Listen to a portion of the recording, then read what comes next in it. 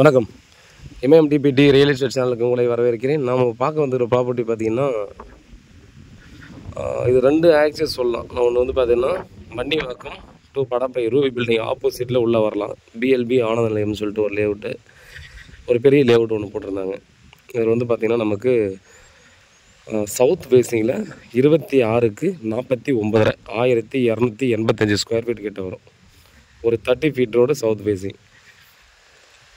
3500 ரூபா ஓனர் வந்து ஃபைனலாக கேட்குறது. பிளாட்டை பார்த்துட்டு ஓகே, அதே போல் ரேட் ஓகேன்னா மட்டும்தான் ஓனரை மீட் பண்ண முடியும். ஏன்னா ஒரு ரேட் ஃபைனல் ரேட் என்னென்னு சொல்லிட்டாரு.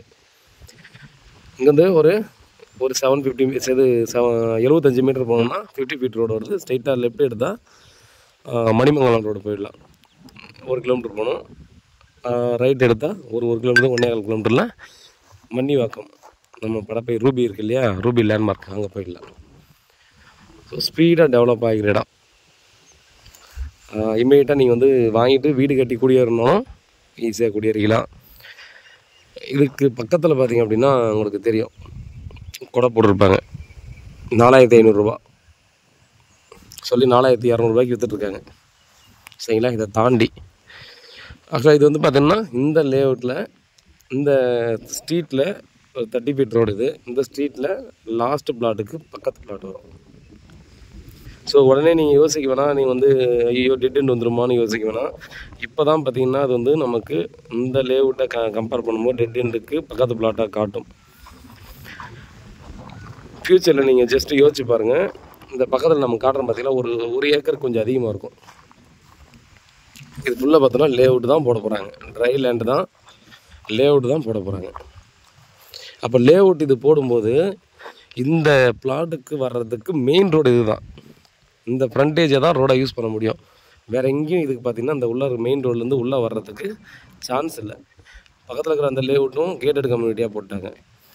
அப்படி இருக்கிற பட்சத்தில் பார்த்திங்க அப்படின்னா இந்த பக்கம் இந்த லேஅவுட்டு போட்டாங்கன்னா நம்ம ப்ராப்பர்ட்டியை தாண்டி போகக்கூடிய இதுதான் மெயின் ரோடு. சரிங்களா? அப்போது இது டெட் எண்டாக வராது, மெயினாக வந்துடும். இந்த இடத்துல ஒரு மெயினான ஒரு ப்ராப்பர்ட்டியாக நமக்கு ஈஸியாக வந்துடும்.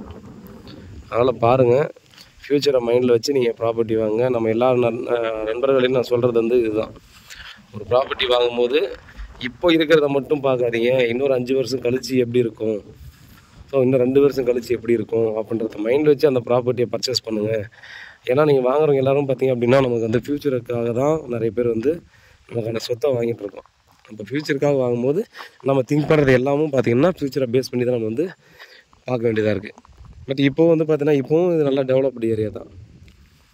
நீங்கள் இதே இடத்துல தான் பார்த்திங்கன்னா இங்கேருந்து பக்கத்தில் இருக்கிறதெல்லாம் இங்கேருந்து எவ்வளோ தூரம் இருக்குது பாருங்களேன். இதுக்குன்னு அடுத்த காம்பவுண்டு 4000 ரூபாலேருந்து 4500 ரூபாய்க்கு விற்கிறாங்க. இவங்க 3500 ரூபா ஃபஸ்ட்டு ஸ்டார்ட் பண்ணாங்க. அப்போ தான் எல்லாமும் ரேட் ஏற ஆரம்பிச்சிச்சு. இப்போ 4500 வந்து நிற்கிறாங்க. சரிங்களா? இன்னமும் ரேட்டு க்ரோத் ஆகுங்க. நீங்கள் சொத்து வாங்கணும்னு